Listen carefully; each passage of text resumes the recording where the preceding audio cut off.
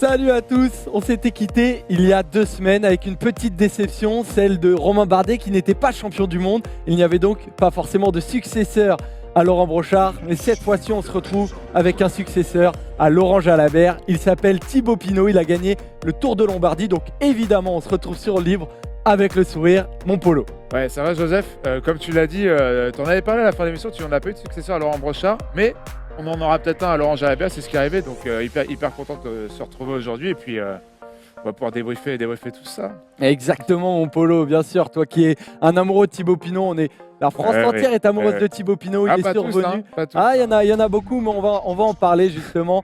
Comment a-t-il gagné ce monument, Thibaut Pinot? On en parle tout de suite dans le Focus.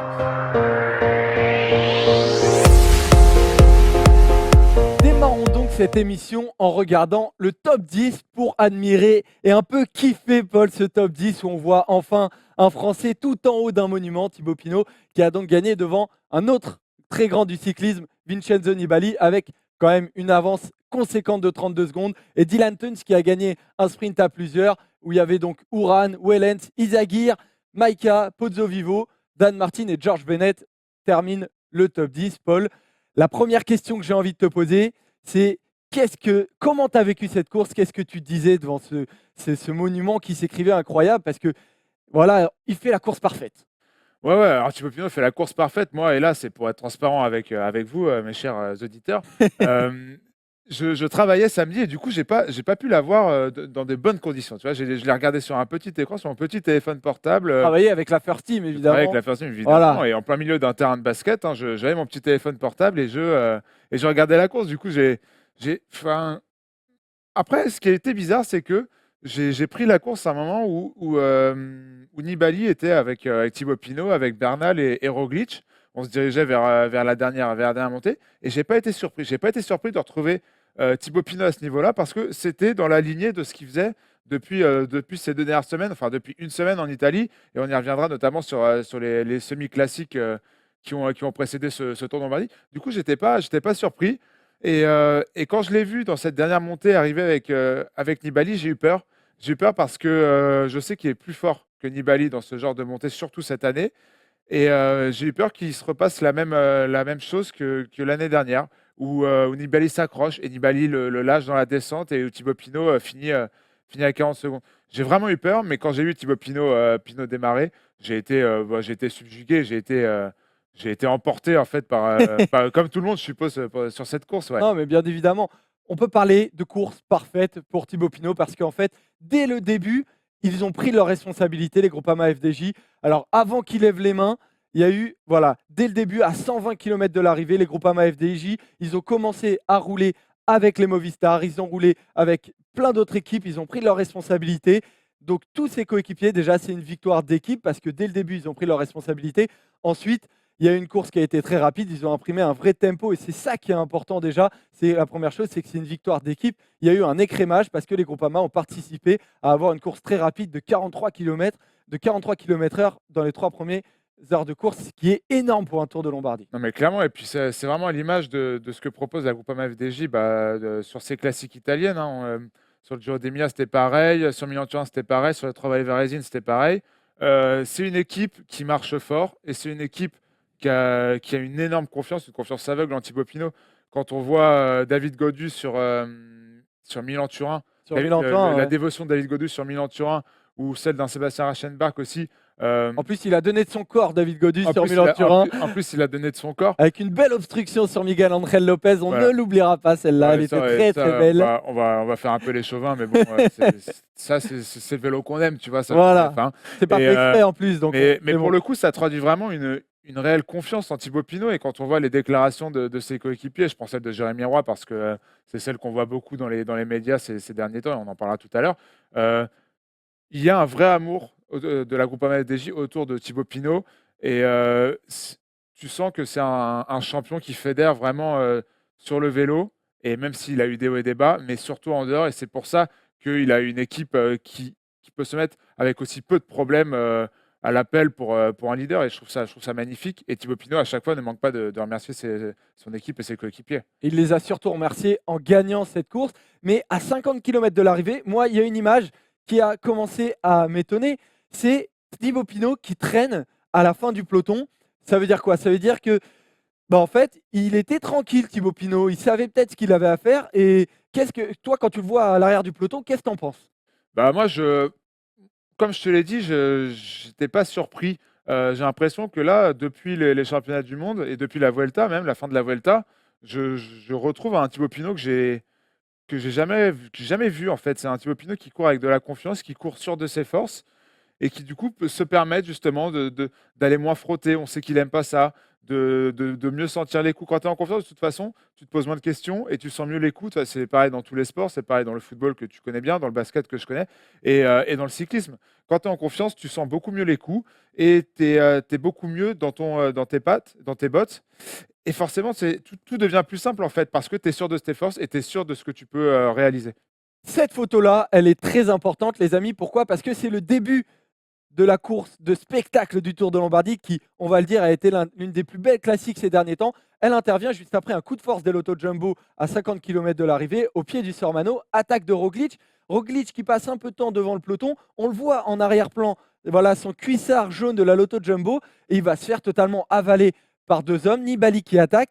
Qu'est-ce que tu en penses, toi, quand Thibaut Pinot il saute dans la roue de Nibali? Est-ce que tu te dis à 50 km de l'arrivée, un Nibali qui n'est pas frais, est-ce que Thibaut Pinot il a raison de sauter dans sa roue? À 100%.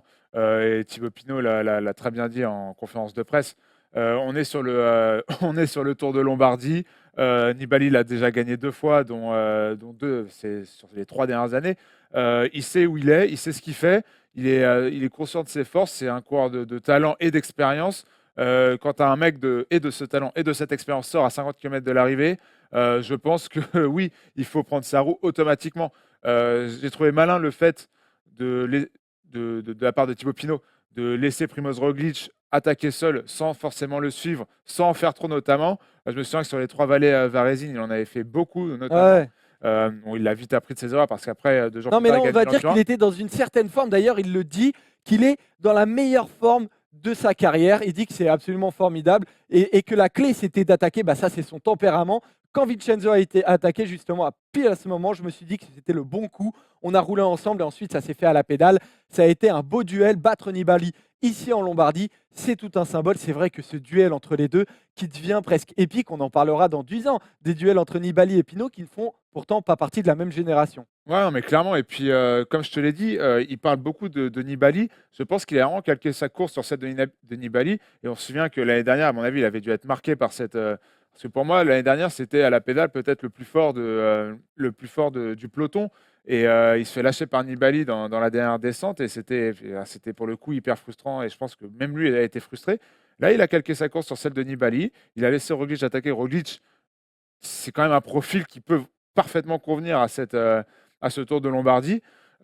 C'était couillu, mais c'est pas lui non plus qui a attaqué. Il a laissé Nibali faire le taf pour revenir sur Roglic. Il s'est mis dans sa roue. Après, les deux ont fait leur bonhomme de chemin. Non, je trouve que tactiquement, en tout cas, de la part de Thibaut Pinot, c'était vraiment, vraiment un coup parfait, en fait, Ouais, il y a eu le coup ce samedi. parfait. Ouais. Après, moi, je t'avoue que ce que j'ai lu, il y a évidemment la course parfaite, parce qu'à la fin, on se dit, bah, c'est la course parfaite. C'est sûr qu'on peut toujours tirer des conclusions à la fin, mais moi, sur le moment, quand je vois que Nibali et Pinot se font rattraper dans la descente par Roglic et Bernal, je me dis, ah, peut-être qu'avec la descente finale, bon, il y a du plat, etc., mais avec la descente finale, peut-être que bah, il y a peut-être une erreur qui a été faite. Ils auraient dû aller peut-être plus vite. Ça m'a étonné, en fait, que Roglic et Bernal, qui ne sont pas les deux hommes les plus en forme, en tout cas surtout Bernal, les reprennent. Moi, j'ai eu un peu peur à ce moment-là.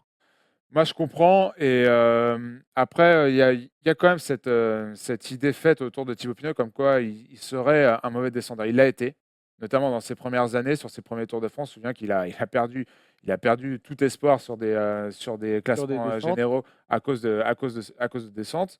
Mais c'est plus ça. Thibaut Pinot, il n'est plus comme ça. Thibaut Pinot est devenu un descendeur correct. Et d'un côté, Nibali n'est plus aussi le descendeur d'il y a 2-3 ans. Donc tout ça mêlé au fait que les deux se sont peut-être un peu regardés en haut de la montée. J'ai jamais son nom, j'arrive pas à la, j'arrive pas à la Du retenir. Sormano. La montée du Sormano, ils se sont peut-être un peu regardés. Ils ont laissé Bernal et Roglic revenir. Dans la plaine, les quatre ont roulé.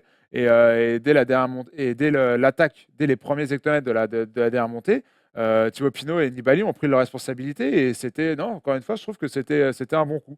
Pas prendre de risques dans la descente, rouler dans la petite portion de plaine qu'il y avait et tout donner dans la montée. C'est ce que Thibaut Pinot a fait et c'est grâce à ça qu'il a gagné.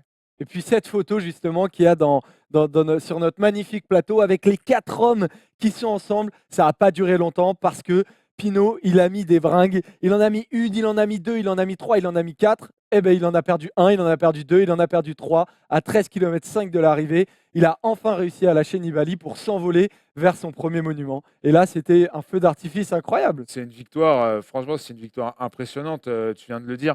Dès les premières pentes du Civiglio, il attaque en fait. Et tu vois un Nibali un peu en galère, mais qui arrive à suivre. Tu vois Roglic exploser direct, tu vois Bernal exploser direct.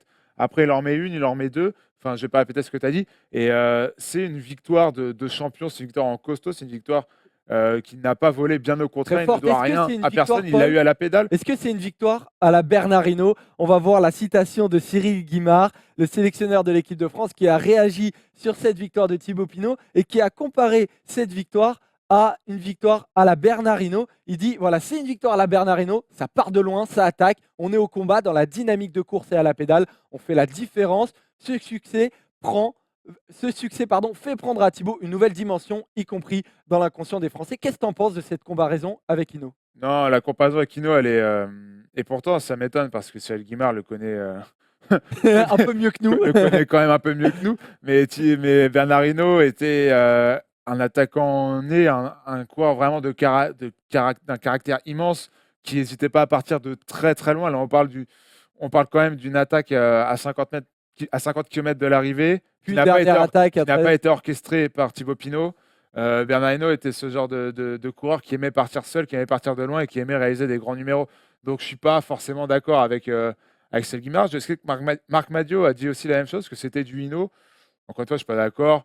Ça n'enlève rien à la victoire de Thibaut Pinot, évidemment, et bien au contraire. Mais je ne suis pas d'accord. Par contre, ce que Cyril Guimard dit, c'est que dans l'inconscient des Français, Thibaut Pinot va prendre une place différente, une place beaucoup plus importante. Ça, pour le coup, je suis d'accord à 100%. Ça va être un peu l'objet de notre débat. Voilà, c'est ce que j'allais dire, ce sera l'occasion d'en parler dans le débat. Comparer un après, peu ouais. les Français. Cette victoire, c'est une validation, je dirais, de toutes ces classiques italiennes lors desquelles Thibaut Pinot a été totalement survolté. Il avait des jambes de feu. Moi, je trouve ça incroyable qu'il arrive aussi fort. Quand on voit, ils ont tous explosé autour de lui. Miguel Ángel Lopez, après Milan-Turin, il le bat à Milan-Turin. Il a explosé. Comment ça se fait que Thibaut Pinot arrive aussi fort? On a les résultats en tableau. Sur ces classiques italiennes, comment ça se fait qu'il est aussi fort en cette fin de saison? Moi, je veux dire, c'est le seul aspect bénéfique de ce qui lui est arrivé sur le Giro. Il a dû abandonner et il a pris énormément de repos après cette course.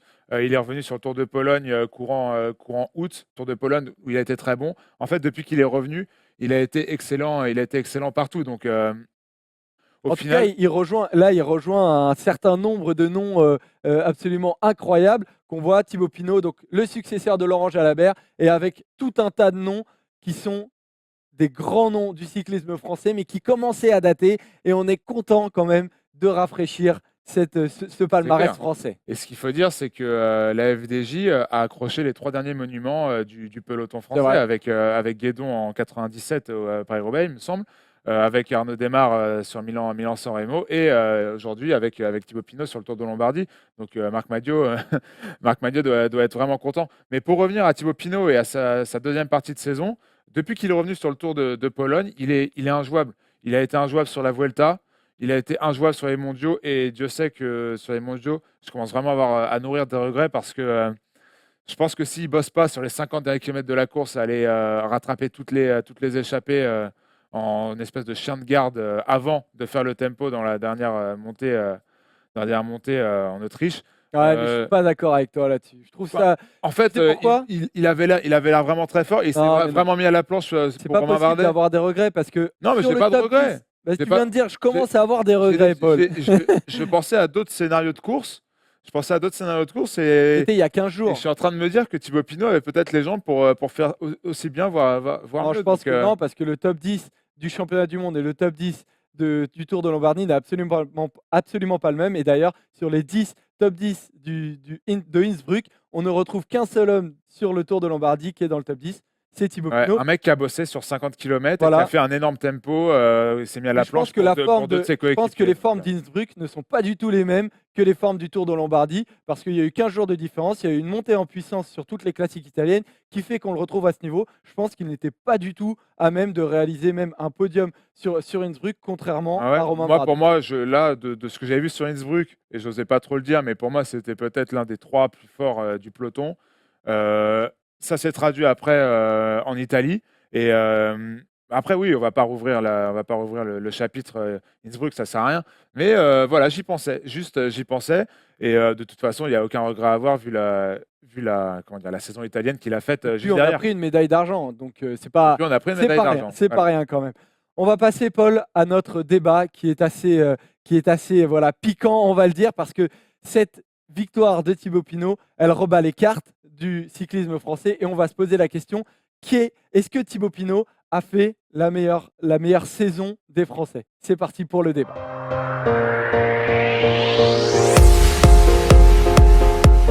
Thibaut Pinot est-il le meilleur Français en 2018? Paul, je suis sûr que tu as envie de dire oui, toi. Eh ben, franchement, j'ai envie d'attendre ce que toi t'en penses, Joseph, parce C'est que trop facile moi, de dire non, non, ça. moi, j'ai mes petits arguments, on en parlera tout à l'heure. C'est difficile à défendre, Thibaut Pinot, mais du coup, j'aimerais déjà entendre Mais il n'y a tes pas de arguments pour problème. dire que non, déjà. J'ai envie de te dire que sur cette saison 2018, non, Thibaut Pinot n'est pas le meilleur Français en 2018. Le meilleur Français s'appelle Julien Alaphilippe parce qu'il a plus de Attends, t'as victoires. dit comment, Julien Julien Ah, Alaphilippe. c'est bien, Ah ouais, on j'ai progresse, hein. travaillé ça, On les progresse de amis. semaine en semaine. Voilà, regardez-moi ça. 10 victoires pour Julien Alaphilippe sur la Flèche Wallonne notamment. 4 victoires pour Thibaut Pinot avec le Tour de Lombardie. Et Romain Bardet, qui pour moi c'est clair, ni pour toi ni pour moi, n'est pas le meilleur Français. On en parlera Alors, tout à l'heure sur aussi. cette saison 2018, premièrement, Julien Alaphilippe est plus impressionnant à mon goût. Ce qui nous fait penser que peut-être Thibaut Pinot est le meilleur, c'est que ces victoires sont des victoires de prestige, mais priment pour moi à la régularité Il y a de l'instinct Julien aussi. Alaphilippe et à cette saison absolument immense, incroyable, avec la petite évidemment déception d'Innsbruck, mais Julien Alaphilippe est clairement sur l'ensemble de la saison 2018 le meilleur Français à mon goût. Non, en vrai, c'est difficile d'aller contre tes Eh arguments. oui, bien sûr, Mais j'ai pourquoi? envie de Parce que j'ai parler, je raison, pense. Paul. Non, il faut comprendre que Julien Alaphilippe fait une saison exceptionnelle, certes, mais que derrière, on a quand même des coureurs fantastiques. Et j'ai envie de. Tu vois, j'avais commencé par Thibaut Pinot, je vais commencer par Romain Bardet. Romain Bardet qui fait quand même. Ça n'a pas payé pour lui cette année. Il fait deuxième d'Estrade Bianche. Il fait troisième de Liège-Bastogne-Liège. Il fait deuxième des mondiaux. Il fait sixième du Tour de France, un Tour de France cadenassé d'un niveau assez irréel quand on voit notamment un Quintana aussi passer un peu au travers. Enfin, même Romain Bardet n'a pas, je trouve, à rougir de sa saison, même si par rapport à Julien Alaphilippe, il n'y a pas grand-chose à dire, on est d'accord. Parlons de Thibaut Pinot. Thibaut Pinot, déjà, j'ai envie de revenir sur son Giro qui est quand même assez fantastique. Il aurait dû obtenir un podium s'il n'avait pas eu cette pneumopathie terrible. D'ailleurs, il y a une citation qui est sortie où il a dit que dans l'ambulance en sortant de cette 20e étape du Giro, il s'est fait peur après avoir abandonné tout, qu'il aurait dû abandonner avant. Enfin bref, s'il n'y avait pas eu cette problème de maladie, c'était un podium pour Thibaut Pinot et c'est une saison qui commence bien. C'est vrai. Après, Et s'il n'y avait pas eu cette pneumopathie, comme tu l'as dit, il n'y aurait peut-être pas eu la forme sur la fin de saison. après, avant le Giro, il gagne le Tour des Alpes haut la main, notamment face à un Miguel Angel Lopez et un Chris Froome, qui sont aussi dans cette course. On parle de classement. On a les chiffres, Paul, de la saison de Thibaut Pinot en 2018. On peut les regarder si tu veux. Vas-y, mon Polo. Ouais, voilà, donc voilà, vainqueur du Tour des Alpes. J'ai mis troisième du Giro avant abandon. 2 victoires sur la Vuelta, 2 victoires de prestige, dont celle sur l'étape Rennes au lac de Convadonga. 9e des mondiaux, on en a parlé tout à l'heure. Je pense qu'il méritait mieux et qu'il aurait pu faire mieux s'il avait eu un rôle de leader. Et de toute façon, on en a parlé. En Suisse, à Aigle, dans 2 ans, il voudra ce rôle de leader. Il l'a déjà annoncé. Paul a déjà ses billets de train. Ouais. Et victoire sur Milan-Turin, qui est la plus vieille classique du peloton, enfin du calendrier, qu'il a gagné de main de maître. Je ne te parle même pas du Giro d'Emilia, où il fait une 5e place, ni des Trois Vallées Varesines, où il se fait battre par Tom Skuns au sprint. Alors que clairement, sur ces 2 courses, peut-être pas sur le Giro d'Emilia, mais sur les Trois Vallées Varesines, c'était le meilleur. Et puis finir la saison en beauté. Avec le Tour de Lombardie, qui est peut-être la plus belle ou l'une des plus belles classiques à mon goût en tout cas, et ça on en reparlera si on devait faire un classement des classiques. Julien Alaphilippe a fait une saison fantastique, mais Thibaut Pinot, après, il y a aussi cette culture de l'instant. On est encore dans le show. Thibaut Voilà, Pinot mais vient en de fait, réaliser Paul, la un réalité, dernier mois. Attention à Thibaut Pinot. Julien Alaphilippe a fait une saison exceptionnelle, peut-être la meilleure saison d'un Français depuis très, très, très, très longtemps, peut-être depuis même un Jalabert, voire même avant. Euh, mais voilà, j'avais envie de nuancer, c'est pour ça que j'ai fait ce non, mais tu débat. as raison de J'avais envie de nuancer, nuancer en mais disant que simplement, tu peux Thibaut pas. Pinot a fait une saison exceptionnelle, sur tous les terrains. Alors, il fait une saison exceptionnelle, ça c'est sûr. Mais déjà, la première chose, c'est que quand on fait ce débat qui est meilleur français, c'est pas. Avant, quand on faisait ce débat-là, on avait un problème, c'est qu'on ne savait pas parce qu'ils faisaient tous des résultats qui n'étaient pas C'est vrai, dans nos attentes. c'est vrai. Aujourd'hui, ils en font des résultats extraordinaires, donc on a un problème de riche. On ne sait pas, ils se tirent vers le haut, donc déjà, c'est tous, les trois, ce sont de grands champions, et ça, c'est exceptionnel. La deuxième chose, c'est est-ce que Thibaut Pinot a le plus beau palmarès en 2018? J'ai envie de te dire oui. Est-ce que Thibaut Pinot est le meilleur coureur en 2018? Je te dis non, parce que Romain Bardet reste le meilleur coureur de grand tour, et Julien Alaphilippe reste le meilleur coureur sur les courses d'un jour, parce que Thibaut Pinot, pour le moment, à part le Tour de Lombardie, il n'est pas capable d'être performant sur d'autres classiques. Il parle de Liège-Bastogne-Liège. Je l'attends sur Il est Liège-Bastogne-Liège, pas. justement pour vraiment valider ce coureur de classique, parce que pour le moment, il a participé à une seule classique dans sa vie, c'est le Tour de Lombardie. Donc avant d'atteindre les niveaux de Romain Bardet ou Julien Alaphilippe, qui sont beaucoup plus complets, moi, je patiente. Après, J'attends confirmation. j'entends ce que tu dis, mais est-ce qu'aujourd'hui, quand on connaît le dénivelé d'un Liège-Bastogne-Liège ou même d'une classique à Saint-Sébastien, est-ce que c'est vraiment inimaginable de voir Thibaut Pinot Non, c'est pas jouer avec les inimaginable. meilleurs et C'est pour gagner ça cette course? que C'est j'ai des courses d'autant qu'il a plus jamais, envie de le voir. c'est des courses auxquelles il n'a jamais participé, des courses auxquelles il n'a jamais endossé un rôle de véritable favori. Là, il a chassé ses vieux démons du Giro. Il a gagné Milan-Turin, il a gagné le Tour de Lombardie. Voilà, l'année prochaine, il a dit qu'il voulait se consacrer. Enfin, Marc Madiot a dit que Thibaut Pinot avait 90% la tête au Tour de France. Il a dit aussi que Thibaut Pinot qui voulait aller voir Liège-Bastogne-Liège. On verra. Et je C'est pas pense qu'il a tout. incompatible. C'est pas incompatible du Liège-Bastogne-Liège, Tour tout. de France, c'est pas Il a incompatible. toutes les cartes en main pour performer et pour gagner ces courses-là. Et j'ai envie de te dire, Thibaut Pinot, c'est aussi quelqu'un qui a répondu présent et sur les grands tours et sur des courses d'un jour. Et quand on voit ce qu'il fait sur la Vuelta, c'est qu'il a fait sur le Giro, en plus de ce qu'il a fait sur les courses d'un jour cette année, même sur les courses d'une semaine comme le Tour des Alpes. euh, c'est pour moi, bon après, c'est vrai que comparé à un Julien Alaphilippe qui a lui aussi gagné partout, qui a gagné des classements généraux sur les courses d'une semaine, etc., c'est compliqué. Mais c'était important pour moi de faire ce débat pour rappeler à quel point la saison de Thibaut Pinot est aussi exceptionnelle Ah, bien et qu'il évidemment. fallait donner, bien sûr, et qu'au final, on peut se l'avouer maintenant, Julien Alaphilippe fait une meilleure saison, mais Thibaut Pinot aussi n'a pas du tout à rougir Ah, de sa ouais, c'est saison. clair. Mais en tout cas, ils De se son... battent tous les deux avec Romain Bardet. Mais ce qui est incroyable avec Thibaut Pinot, c'est qu'il arrive à nous faire douter.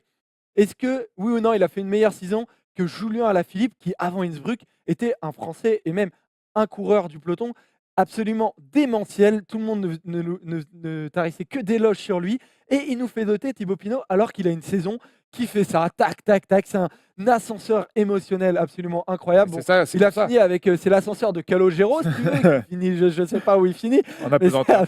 voilà, il termine en apesanteur Et, en Lombardie. Non, mais c'est absolument hallucinant, bien évidemment. Après, Mais de là à dire qu'il est le meilleur en 2018, je suis pas sûr et j'ai envie de te dire non. Quand même. Après, Julien Alaphilippe, et c'est peut-être dans l'affect en tout cas, Julien Alaphilippe a déçu à des endroits où on l'attendait. Alors, ce qui est bizarre, et tu vas peut-être trouver ça fou, c'est que sur le Tour de France, moi je l'attendais à Mende, au mur de Bretagne, il a déçu. Après, il a senti les coups, il s'est mis dans les bonnes échappées. Il a ce talent de finisseur exceptionnel, notamment sa victoire au Grand Bornand, ou sa deuxième victoire, je ne sais plus où c'était. Bon, il gagne 2 victoires, il a le maillot à poids. Mais encore une fois, moi, je l'attendais sur d'autres étapes. Pareil à Innsbruck, où je l'attendais peut-être plus fort. Liège-Bastogne-Liège, bon, c'est son coéquipier Bob Jungels qui gagne, donc du coup, il devait faire le jeu du coéquipier, donc c'est différent aussi. Bob Jungels, porté disparu d'ailleurs. Si vous le retrouvez en cette fin de saison, Mais, hashtag en roue libre, laissez-nous des messages, on ne le retrouve plus le luxembourgeois. et du coup, ouais, moi, c'est peut-être plus l'affect qui parle quand je te dis que pour moi, la saison de Thibaut Pinot est plus belle que celle d'Alaphilippe. Mais pareil, je reviens à ce que tu dis. Le meilleur coureur français en 2018 est Alaphilippe. Mais pour moi, la saison qui a le plus de caractère, le plus De caractère, c'est sûr que c'est Thibaut pour Pinot. moi, c'est celle de Thibaut Parce Pinot. que Thibaut Pinot est comme ça, c'est un homme qui a besoin d'être au fond pour ensuite être tout en haut. D'ailleurs, ses grandes victoires, première grande victoire à l'Alpe d'Huez en 2015, si je ne me trompe pas, c'est un tour où il est décevant après son podium de 2014 et à la fin, il va nous chercher une victoire absolument incroyable sur l'Alpe d'Huez. En tout cas, c'est évidemment une grande saison de caractère. Paul, je voudrais qu'on parle aussi de cette dernière image à la fin où il tape dans la main d'un homme, de Jérémy Roy. Ça, c'était quand même assez fort comme moment. Bah, c'était fort et puis je pense que ça ouvre parfaitement surtout nos bonifications dans lesquelles on va parler de Jérémy Roy et de Sylvain Chavanel. Exactement, mon Polo, parce qu'il y a eu cette image qui était incroyable. Jérémy Roy et Sylvain Chavanel, ils ont fait leur dernier week-end de cyclisme. Ils ont marqué une génération. On en parle tout de suite dans les bonifications.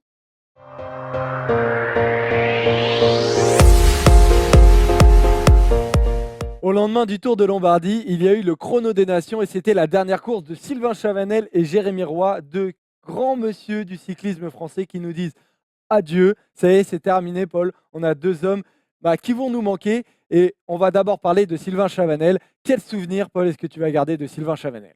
Sylvain Chavanel, il y a plusieurs souvenirs. En fait, il y a une époque où on se disait peut-être on l'avait vu avec le maillot jaune sur le Tour de France.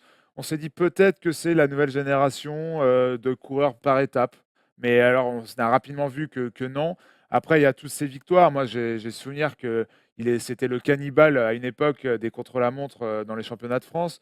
J'ai aussi souvenir à la Quick Step où il doit gagner ce Tour des Flandres en 2011 où il est avec Philippe Gilbert, il est avec Tom Boonen, etc. Et il court pour Tom Boonen et finalement il se retrouve dans une position de gagner. Il ne sait pas trop ce qu'il doit faire. Il a Boonen derrière, il doit lancer le sprint et finalement il se fait battre par Nick Nuyens.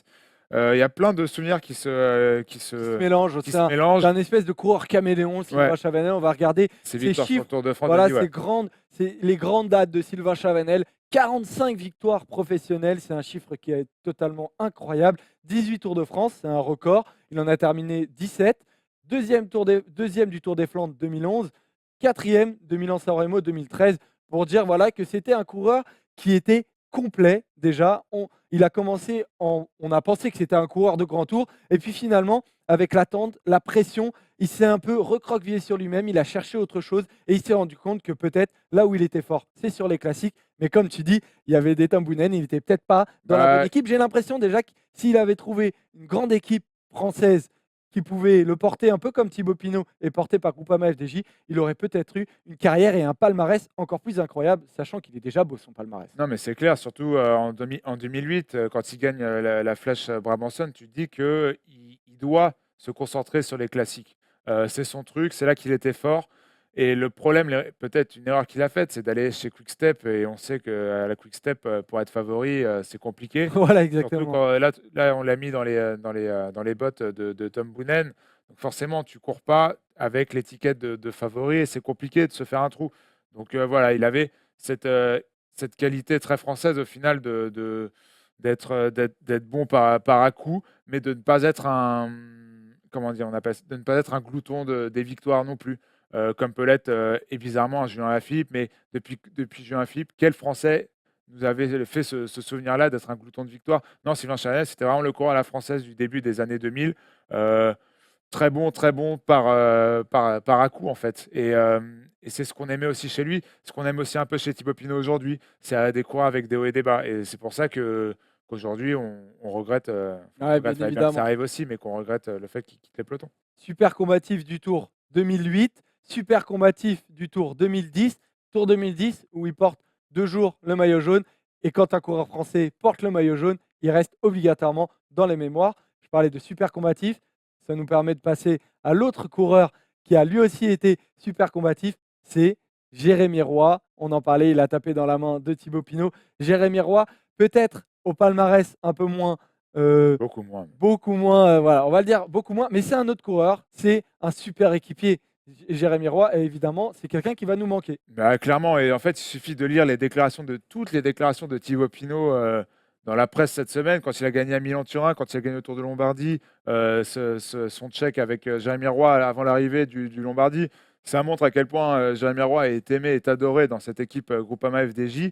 Et surtout, c'est l'histoire de sa dernière semaine qui est assez folle. Il ne devait pas aller en Italie, il ne devait pas courir Paris-Tours. Finalement, il se retrouve à courir Paris-Tours. Il s'envole pour l'Italie le lendemain. Il fait le Tour de Lombardie le samedi alors qu'il a le chrono des nations le dimanche. Il en parle d'ailleurs, Paul, de cette dernière semaine absolument incroyable. Il dit, voilà, j'ai voulu aller voir la dernière ligne droite de Thibaut sur le Tour de Lombardie. On s'est retrouvé avec d'autres de l'équipe à la déviation véhicule. On a fait le forcing pour passer aller au plus près possible de la route. Les commissaires ne voulaient pas. On a insisté lourdement. Puis on a pu passer. C'est énorme qu'il nous ait vus. Il nous a tapé dans la main. Cela restera un souvenir incroyable, dingue, qui a été donné dans un interview donc, aux Parisiens. C'était ce dernier moment et on ressent tout l'amour qu'il porte pour un équipier. Et c'est fort, quoi. On a besoin de coureurs comme ça qui se donnent tout. Et moi, ça me rappelle la première victoire de Thibaut Pinot, notamment sur le Tour de France en 2012, où justement Thibaut Pinot va gagner. Et comment il gagne? En allant chercher le dernier qui est loin devant lui. Il le rattrape grâce à qui?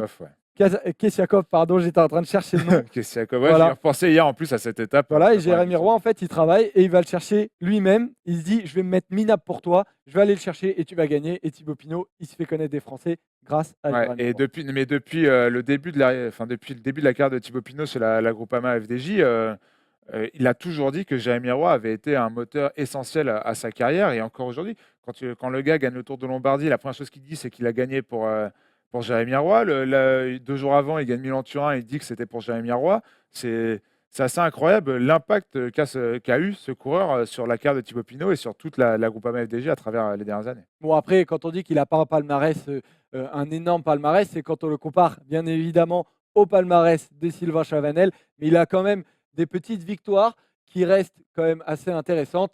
Une victoire sur Paris-Nice 2009, vainqueur du Trobro-Léon en 2010. Très belle course. Voilà, une des courses préférées des Français, mais c'est aussi pour ça, quand tu gagnes des courses pareilles, des courses du calendrier français, que tu restes dans le cœur des Français. C'est aussi c'est clairement, et c'est aussi un gros rouleur qui n'a jamais eu beaucoup de chance sur les contre-la-montre. Qui est toujours tombé sur Sylvain Chavanel. Qui est toujours tombé sur Sylvain Chavanel, donc à ne pas oublier non plus. Et d'ailleurs, il fait un dernier chrono des nations de très haute volée. Il finit quand même 7e, devant notamment Vincenzo Nibali, alors qu'il avait fait, les deux ont fait le Lombardia, bon pas à la même intensité évidemment, mais les deux ont fait le Lombardia la veille. Donc non, ça reste également, ce n'est pas qu'un coéquipier, ça reste un coureur d'un énorme talent et un équipier, un Grégario parfait pour toute la Groupama FDJ qui va manquer dès l'année prochaine, ça c'est sûr. Ouais, c'est sûr qu'il va nous manquer, en tout cas, Paul. Sur Sylvain Chavanel, on ne dévoile pas tout, mais on devrait en parler assez prochainement dans Roue Libre, parce que Roue Libre va vivre quand même pendant ce petit moment de petite mort, parce que c'est la fin de la saison cycliste, mais il va y avoir des petites émissions, mon Polo. Ouais, on va vous prévoir quelques trucs. On va revenir sur cette saison 2008 qui a été assez exceptionnelle, côté français, mais pas que. On vous prépare aussi quelques petites surprises, des petites émissions par-ci par-là, et puis on reviendra très fort l'année prochaine avec un nouveau générique, un nouveau setup. Voilà, il va y avoir et plein on parlera choses. surtout juste avant, notamment, je pense que ce sera autour de janvier, avec une grosse émission notamment sur les transferts et les changements d'équipe qu'il y a eu, pour que vous ayez bien en tête tout ça avant de reprendre la saison 2019. Mais pour nous suivre et pour voir toutes ces émissions, il va falloir vous connecter sur notre page YouTube et abonnez-vous. Surtout, abonnez-vous, cliquez sur ce petit onglet, comme ça vous allez recevoir tout de suite les émissions qui arrivent directement sur vos téléphones. First Team Sport, tout à fait, la nouvelle chaîne YouTube de la First Team, où vous retrouverez le cyclisme parmi tant d'autres sports à venir sur cette chaîne. Voilà mon Polo, bon, on est très content d'avoir fait cette première saison, en tout cas sur Roue Libre. Vous avez été énormément à nous suivre, mais je suis sûr et certain que vous allez être encore plus nombreux sur la saison prochaine. Et on se retrouve dans pas longtemps pour des petites émissions qui vont être très très sympas. A plus les amis. Salut les gars.